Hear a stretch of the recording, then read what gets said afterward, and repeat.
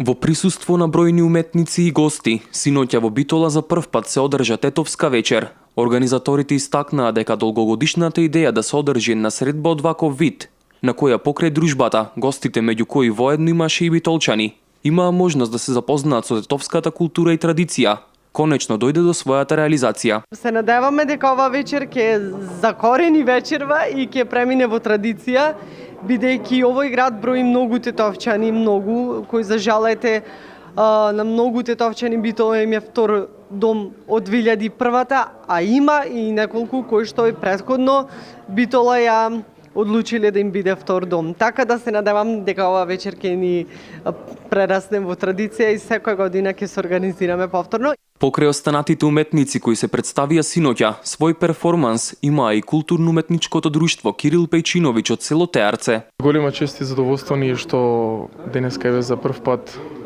земаме учество на оваа манифестација. Тетовска вечер на широк сокак. Мислам дека тоа е одлична идеја за многу тетовчани што живеат тука и што доаѓаат од Тетово и што се дел од оваа манифестација денеска. Значи, нашето културно-уметничко друштво денеска ќе настапи со неколку точки, односно неколку кореографии.